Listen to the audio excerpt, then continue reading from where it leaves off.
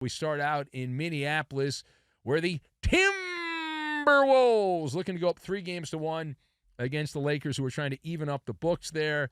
And I don't know if you were watching this. Maybe you have stuff going on. Yes, you want to go out and see the outside and hang out with people and not sit on your ass and watch basketball on television all weekend. I don't know what you got going on. But perhaps you missed it. We were watching. So Jaden Daniels coming up big, a 3-point play with under a minute to go. In fact, under 40 seconds, 39 and a half seconds on the clock. And that right there for the lead for the Timberwolves. And then the inbounds pass. LeBron, that seasoned veteran, that's a rookie mistake by LeBron James. You turn the ball over. And sure enough, that was it. See you later there as Minnesota rallies back and they get the win. 116-113, the final over the helpless Lakers. And now the Timberwolves are up 3-1. Anthony Edwards, the Ant-Man. He had that big D energy, not the little D. He had the big D energy right there, 43 points. He also drew a controversial foul from LeBron James during a drive to the basket. There about 10 seconds to go in the game. More on that later. He converted both foul shots. And so the Lakers had one last opportunity. Austin Reeves took a final shot, and that was the guy. Not Luka, not LeBron. They couldn't draw up a play to get those guys a shot. So Austin Reeves took the final shot. Clankety-clank. It rimmed out, and that's it. The Lakers now facing their last supper in the NBA playoffs. The better story is in the losing locker room, and so that is where we will begin. And the question for the esteemed panel, which you are a part of, how do you explain the play down the stretch by LeBron and Luka for the Lakers? The whole argument was if you have LeBron and Luka on the court together, you're not going to lose a close game. You're not going to be the lesser team with those two geniuses on the court, the maestros of the basketball world, and yet the Lakers have lost close games multiple times here already in this playoff series. So my thoughts on this, I've got Squishmallows, Middle Manager, and Demi Lovato, and we will combine all of these things together, and we are going to make a delicious Juicy Lucy is what we're going to make. Just chef's kiss. All right, so number one. I said number one. All right, so how do you explain the play of LeBron and Luka in clutch time for the Lakers? Well, you explained it. I don't know if it's a rhetorical question or not, but the Lakers blew a 10-point lead in the fourth quarter. On the Maller report card, they did not get an A, a B, a C, a D, an E, or an F. They got an I rating on the Maller report card for ick factor. The ick factor was there for these two down the stretch, and I loved every second of it. Man, was that fun to watch. God, was that great. I enjoyed it. Man, I wanted to watch it again and again and again and again. LeBron and Luka, they played the entire second half. They played, obviously, the entire fourth quarter. They played every minute of the second half. And yet, in the fourth quarter, each of them did the thing you can't do at the time you can't do it down the stretch run of this game. They combined in the fourth quarter, took 8 shots, made one of them. That's a 12.5 shooting percentage from the floor. LeBron was the shampoo guy, head and shoulders above everyone else at his worst when the game meant the most down the stretch there, sucking at a time you cannot suck. LeBron made as many field goals as you had and I had in the fourth quarter of that game. That would be bupkis. None, 0. And like a good starting pitcher, LeBron pitched a shutout in the fourth quarter. Whoo-wee. Man. Only a couple of shots, but no points. No points in the fourth quarter. He took a money ball shot while standing roughly 5 feet from Duluth. I mean, he was pretty far out there. It was right near the logo at mid-court, which is not ideal. If you don't make it, it's not ideal. It's an error, and it was an error. And then, of course, compounded the mistake with the foul on Anthony Edwards there on the turnover.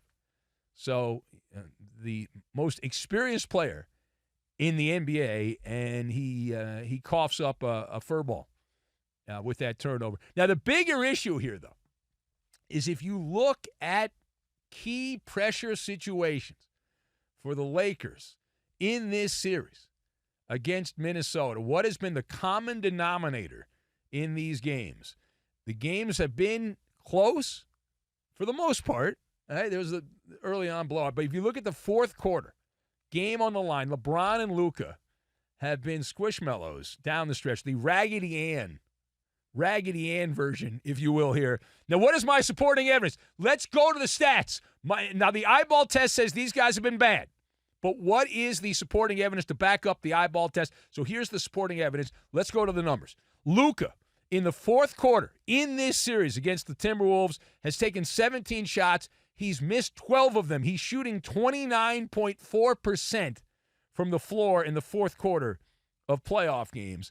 And while he's been on the court, the Lakers have been outscored in the fourth quarter by 31 points by the Timberwolves.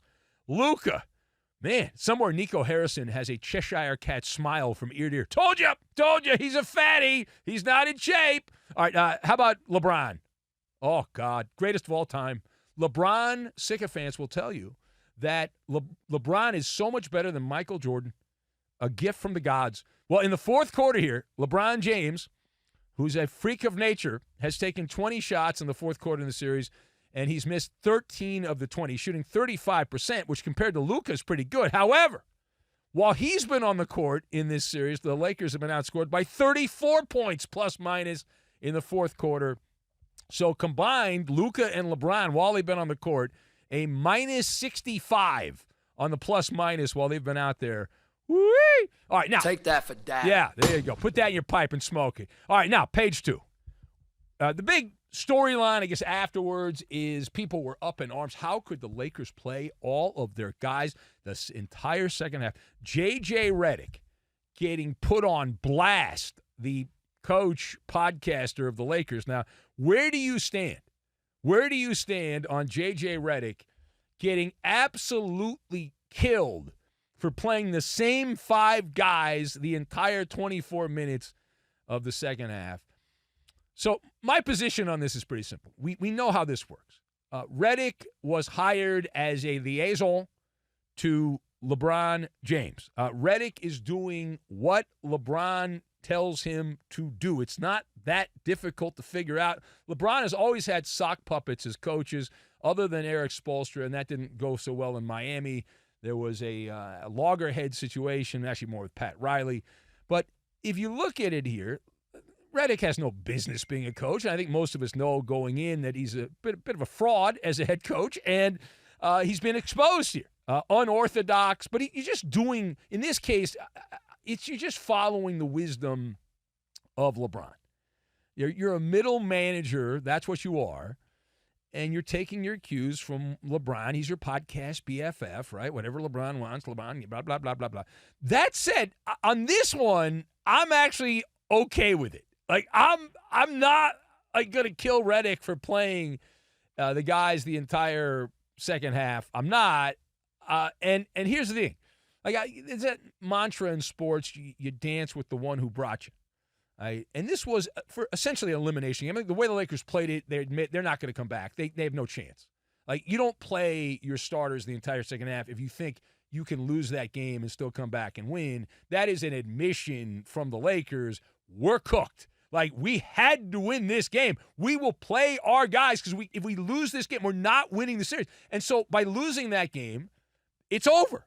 But you went down with the players that were you thought your 5 top players out there. And as far as oh my God, some of the things that have been said by blowhards in the media and fanboys, it's wild. They think this is like some kind of Iron Man competition, and these guys were in a decathlon playing all 24 minutes in an NBA playoff game. And I'm like, really? First of all, these are supposed to be world-class athletes. Okay, that's the first part. Secondly, have you ever been to an NBA game? You know how many timeouts there are in an NBA game? There's built-in TV timeouts.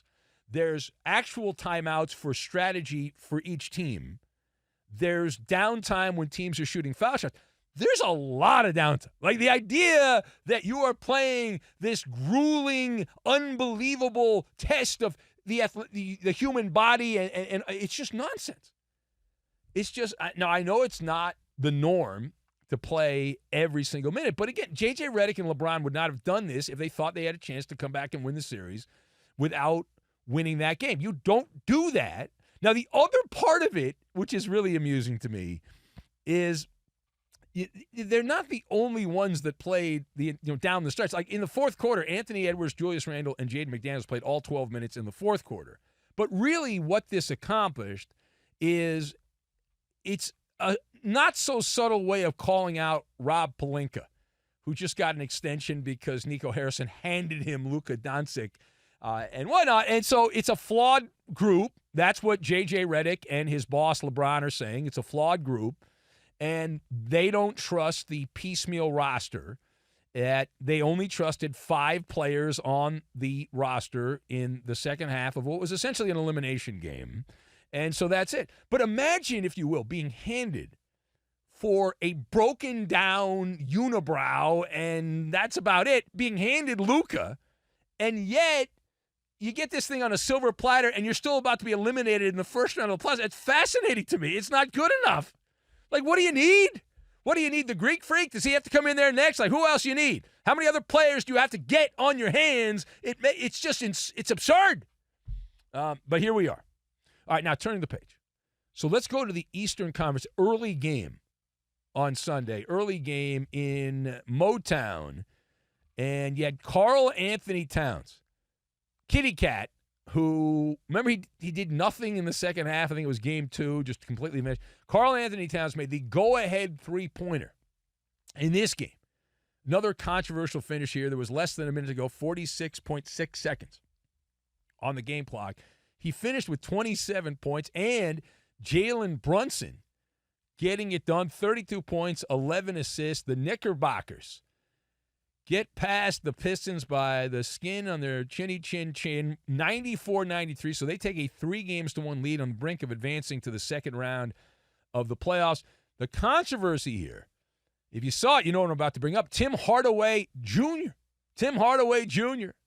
A rebound pass out. Cade Cunningham missed a shot. They got the ball out to Tim Hardaway Jr. for a 3-point shot just before the buzzer, and he was slammed. There was contact with Josh Hart of New York, and it wasn't called a foul. They did not call it a foul at the end of the game. There were no whistles there, and sure enough, it turns out after the fact in a pool report, somebody named David Guthrie, we're not sure who that is. We were told he's the crew chief for that particular game.